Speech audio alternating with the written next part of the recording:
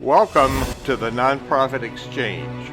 Stories, tools, and wisdom shared by leaders for leaders to help you raise the bar on your own excellence and release the potential inside of you. Now, here's today's show. This is the Nonprofit Exchange, and my name is Hugh Ballou. I'm the founder and president of a nonprofit called Center Vision Leadership Foundation, where, with a profound vision, leaders build synergy with their organizations. Today, my guest is Crystal Gibson, the founder of The Authentic Alliance, a leadership catalyst dedicated to helping mission driven organizations build cultures of courage, belonging, and sustainable impact.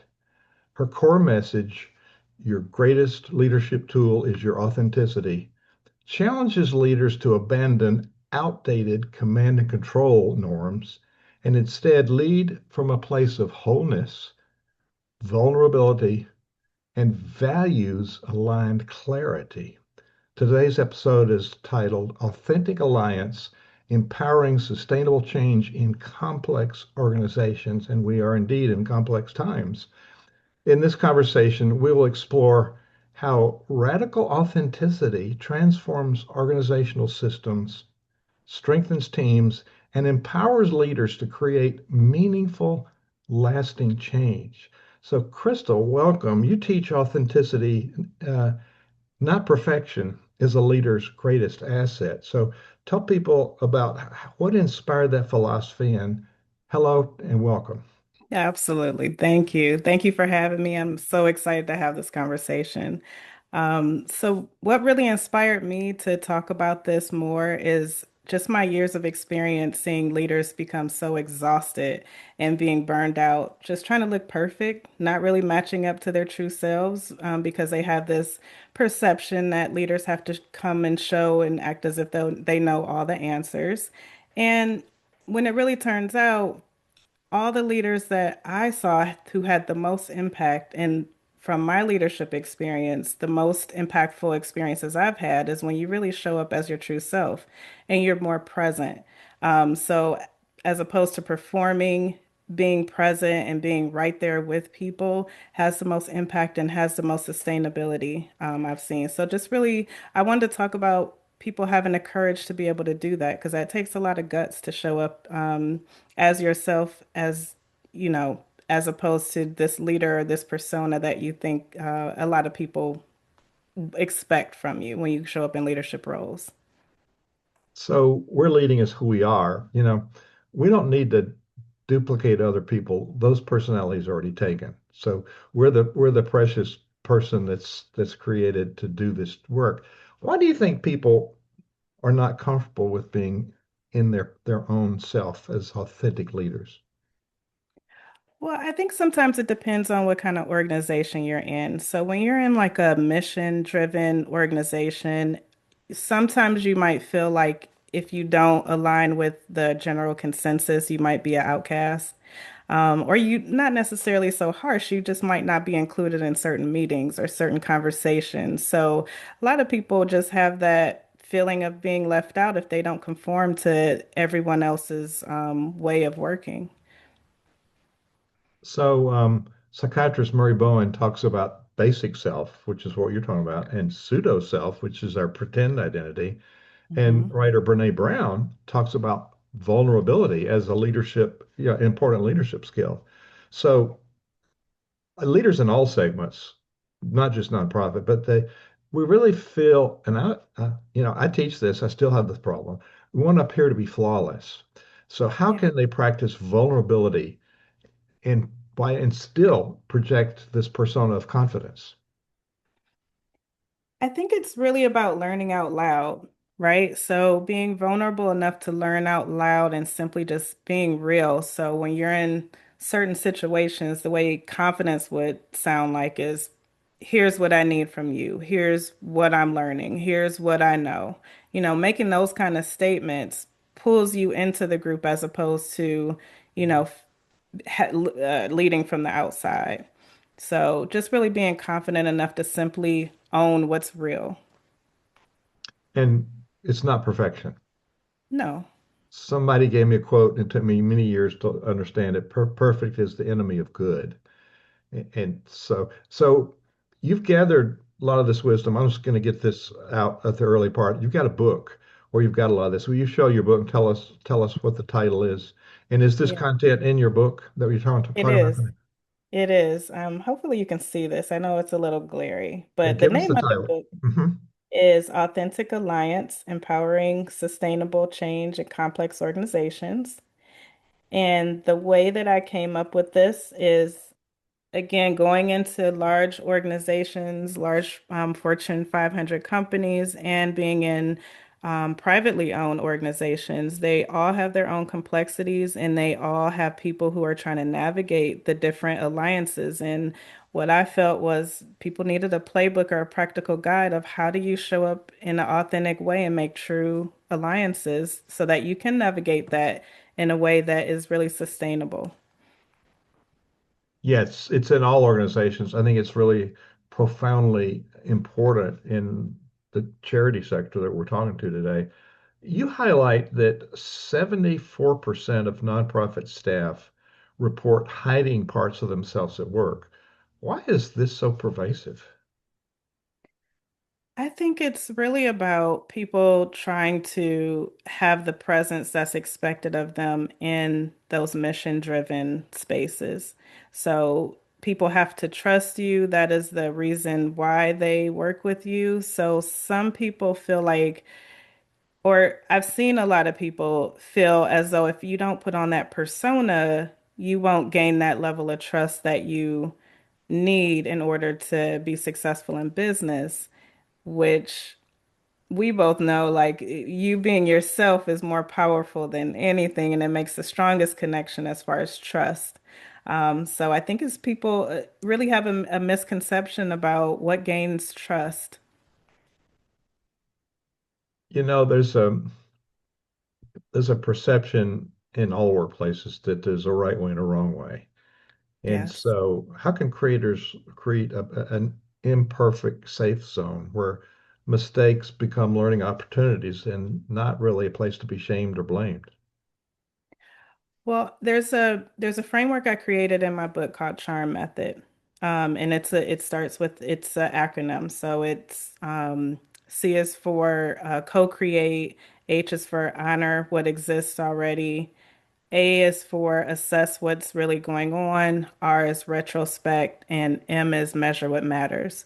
So the honor part, the honor step is the one that really resonates with that part is really honoring what already exists.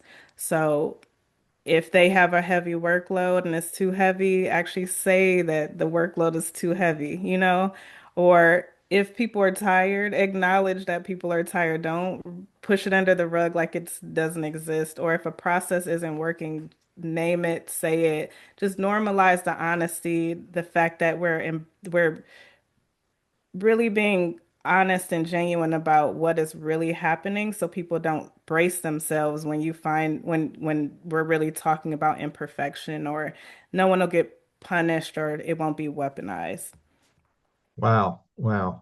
Um, and having open, safe conversations helps the leader understand what others are perceiving.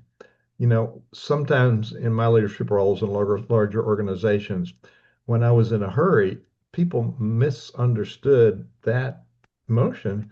They thought I was angry. Hmm. Right. So we do, it's, I say if a conductor doesn't get the results they want, it's time to look in the mirror because we're transmitting something people are responding to. And that's true in the workplace too, isn't it? Absolutely. Teams typically mirror their leaders, right? So if you're putting on a mask and you're putting on this or even if you're rushing and not really acknowledging things that they're questioning, they'll mirror that activity or that behavior. That is so, so true. So, what is mask leadership and how does it undermine team performance and well-being? Mass leadership is when you have, like we mentioned earlier, you have this separate persona. You have you, and then you have this work persona of who you show up at work, right? And that is so draining. That takes down your energy of being two people, right? So really taking down that mask because, like I said, when teams see that you're showing up with a mask too, they'll just mirror it. And then also, people aren't able to really interpret what you're showing up with as being the truth or just something that you're performing for, accolades or anything along those lines. So taking that mask off really it'll actually help reduce some of that stress and some of that energy draining and it's actually a more simpler way of leading as opposed to performing. If you just show up as yourself, take the mask off, you're showing the people who are around you that it's safe for them to do that too. It's almost like being disingenuous, pretending to be somebody that you think you ought to be rather than who you really are. Yeah. And sometimes it's out of fear, you know, because you don't know, you may not know if they'll respect you or you'll meet their expectations if you show up as you are. Talk a little bit more about this. There's a perception, I call it a misperception in every industry, but really, especially in the nonprofit world, that the leader has all the right answers and it's a command and control. So, first of all, talk about what you describe as command and control, and what's the alternative to that? And is that a clear question? Yeah, yeah, absolutely. So command and control what it sounds like is you do what I say you do. You do what I tell you to do, right? That's command and control.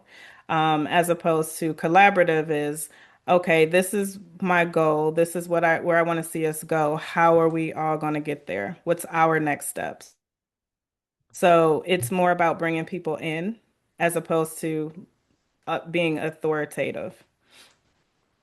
This resonates so much with what I've taught for now going on 40 years, but it's a pull leadership than a push leadership. As a conductor, we can't push anybody. You have a little white stick and people respond to you. So what you just talked about, I want to highlight that people who are listening or watching, if you don't get all these nuggets, don't worry. You go to thenonprofitexchange.org, find this episode with this title, and there's a full transcript. So you can get the information that she's sharing with you. I think the important thing is what are you going to do about the information? Are you write notes about, okay, I got a new way of being, a new way of thinking. So, Crystal, I'm just loving what you're sharing, and again, this is stuff that people can find in your book. So, give us some steps as nonprofit leaders, because we all do this. I mean, I teach this stuff. It's the same challenges I have in my own organizations, and it's always there. So becoming aware of these steps. So what are some practical steps that nonprofit leaders can take to get out of this sort of a competitive atmosphere where people want to compare and compete and look for perfection? So what you just described is a way to empower those around you to raise the bar on their own performance because you ask their opinion. So, what are some more steps that people can take to actually empower the culture? Absolutely. So there's four things. So the first thing is going to be celebrate progress, not personalities. So we want to celebrate the idea, not a specific person's personality. Second is just share knowledge freely. Like we don't need to hoard expertise. In this day and age, it's more powerful to have a collective knowledge as opposed to just holding on to your expertise and hoarding it. So share it freely. And then third is reward collaboration over heroics. Heroics, it's just not sustainable. So you might have someone who burned themselves out and, you know, got everything accomplished by working a million hours or something along those lines, but could they have worked with their coworkers and accomplished that in a different way? So I would really put more emphasis and reward collaboration as opposed to the hero, because the hero is burning themselves out and that's not sustainable. And then the fourth one is just normalize asking for help. Some people feel like asking for help is looking like a weakness, but it's actually a powerful thing to do especially when you know the right questions to ask. the questions that you ask says a lot about you. So just normalizing asking for help. Those are the four things I think could just be practical ways to quickly shift. That's a big one right there. And the more powerful the leader is in the bigger the organization, the less they're going to get input. And by doing that, the leader isolates themselves from good ideas, don't they? Absolutely. Absolutely. Or, like you said, people feel like they misinterpret and think that you don't want them because you didn't ask. You never held the space. Well, going back to having all the right answers. So what I'm hearing you say is what I teach too is have the right questions. And Mhm. maybe it's not really asking for help. It's a process to build consensus. And because you ask for an opinion doesn't mean that's the final opinion. I think there's also an insecurity with leaders. If they ask for something, they feel obliged to use it. So there's a whole area of brainstorming in the middle there, isn't there? Absolutely. And there's a safety net there too. So really creating that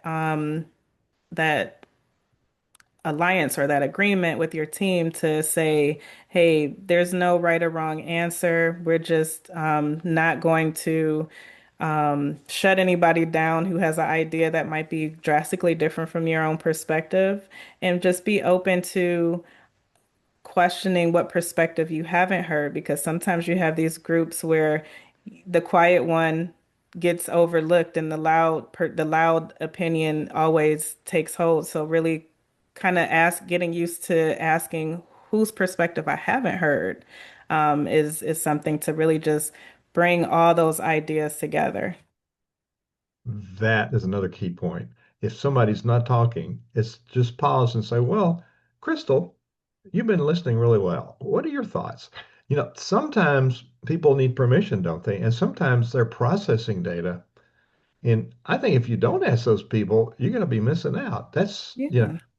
another great soundbite, folks. This is Crystal has wisdom way beyond her young years. So in and this is another way, inclusion. We, we have diversity in our world. Our challenge is how do we include people and how do we get them in the organization? What you're talking about is another level of inclusion. Helping us shape the culture is people weighing in and having ownership of the decision. So you've just outlined a great process for leaders to move forward and build a culture in a very non-threatening way. So thank you for that. Thank you.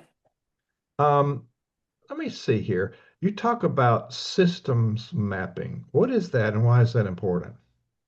So systems mapping is just a way for you to be able to identify where you are in the organization and who expects what from you and where are the friction points. So the purpose of doing that is sometimes when you get into these large organizations, and if you've been there for a while, you'll start taking on these multiple hats and you kind of lose track of who you are to different people. So you might be a leader who supports a particular project in this area, but then you might be just an advisor in another area, and you might be, you know, champion in another space. So it's really drawing out and mapping who you are to these different people or these different spaces, what the expectations are, and your goals that you are marching towards at that moment. Where are the friction points? So it helps you be able to clear up any assumptions, get very clear and transparent on decision-making approaches, and make sure that you're not going down a road that doesn't align to the expectations of the people who are around you. It helps you show up with more clarity and more transparency as well. So when you define expectations, do you provide it in writing? Well, it could be formal or informal. So the map is like your personal like GPS, right? So you map it out yourself, but the output from that could be maybe you set the goals or some sort of goal setting framework that you use. Maybe you let this area know that these are the goals that you have for this particular quarter. Are we aligned with this based on your expectations? Or it could be just a conversation that you have as far as just getting very clear, asking them what do you expect from me in this quarter? Because this is what I have, or this is what I think we are. So it's really about having a common knowledge or common understanding about where are you guys going towards. Because there's a lot of people who will be in an organization for a long time and you get to the end of the year and you're shocked by what the review says that you were supposed to accomplish because you've had so many conflicting um, messages about what was expected of you. So it helps you avoid that. Unfortunately, that's all too common, isn't it? Yes. Yeah. So let's take a hypothetical situation. So I get hired as a new leader in an existing nonprofit, and I get hmm in there, and the culture is a mess. People aren't getting along. They don't know what they're supposed to do. There's no written plan. So I use the methods in your book, and I get it all tweaked in. The first year it's just really humming. hmm Then there's a shift, a shift in the culture. People come and go, a shift in the work, or there's just that sometimes people get really aligned, then they sort of drift back to what they were doing before. So how do we maintain the progress that we've established over time? So you definitely want to always revisit it. So I suggest using a quarterly check-in for yourself at the minimum. So then at least you're looking at what changed. So for to your point, maybe there was a reorganization, maybe you got a new leader. So really changing that map to make sure that it aligns to reality and then also sharing it with whoever your new leader is or sharing it with your new team to make sure that you are still on point with what is reality. Or if something changes, you change it and you have a common understanding with the people that you work with. So I would use it as a tool just to make sure that you are aligned with what people are expecting from you. Even if those people change, you could still change the map and be able to adjust yourself accordingly, as opposed to waiting to the end of the year and finding out that something changed earlier in the year. Yeah, evaluate more frequently. A year apart is just like insane. So you showed us your books. I'm going to ask you to talk about your website. Now, some people will be listening to this on a podcast. So I'm going to show for people on video, but for those aren't, tell people what the link is for your website, and then tell them what they'll find when they get there. Absolutely. So the link is theauthenticalliance.com. So it's theauthenticalliance.com. And on the home page, you'll see a picture of the book. You'll also have a description of just key points that I describe in the book. And then there's a promo video that'll let you know what's going to be previewed in there. There's also links directly to places that sell the book. The book could be sold or could is sold everywhere books are sold, but I give links in there as well.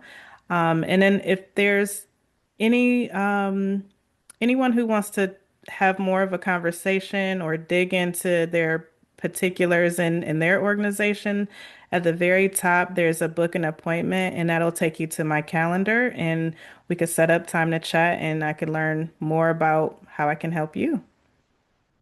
Great, great. It's a great resource for have. So, if a leader wants to begin this journey tomorrow, what's their first step? I think really what the first step is just being clear on what exactly you are what are you performing? What is your truth? And getting clear with that answer. Um, Once you really get clear on that, it'll be easier for you to be able to get into courageous conversations about your boundaries and your truth and the things that you really believe in. But I think the first step is really to be honest about that answer. What is your truth? What are you performing at work that you don't really align with? And go from there.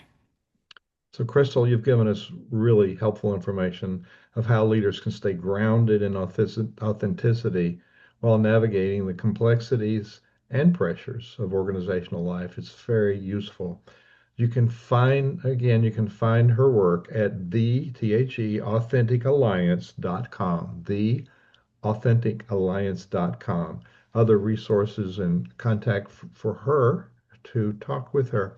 Crystal, it's been great. Thank you for sharing your wisdom today on the Nonprofit Exchange. Thank you for having me. Thank you for watching the Nonprofit Exchange.